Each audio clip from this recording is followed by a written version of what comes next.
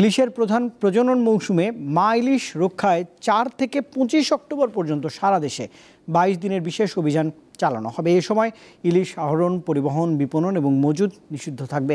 এ সময় 37 জেলার 165 উপজেলার 6,20,000 জেলে পরিবারকে সরকারিভাবে ভিজিএফ কর্মসূচির আওতায় সহায়তা দেওয়া হবে বলে জানা গেছে।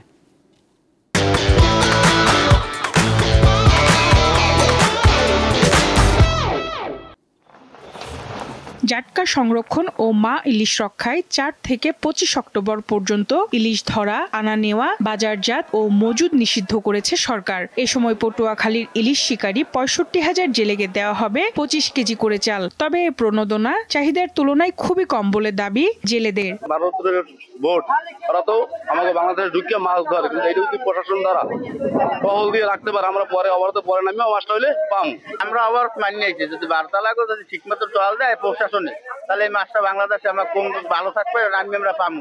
সরকারের আবেদন করে আমরা জানি সাগরের একটা কঠিন বিচার হয়, ভারতের ঢুকতে না পারে।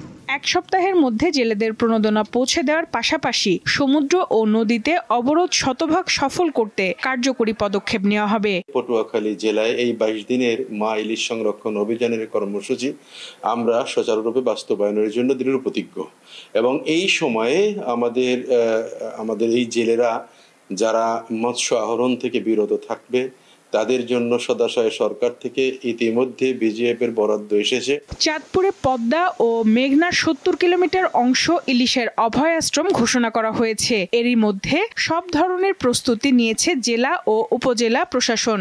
জেলা প্রশাসকের নেতৃত্বে উপকূলীয় এলাকায় চালানো হচ্ছে সচেতনতামূলক প্রচারণা।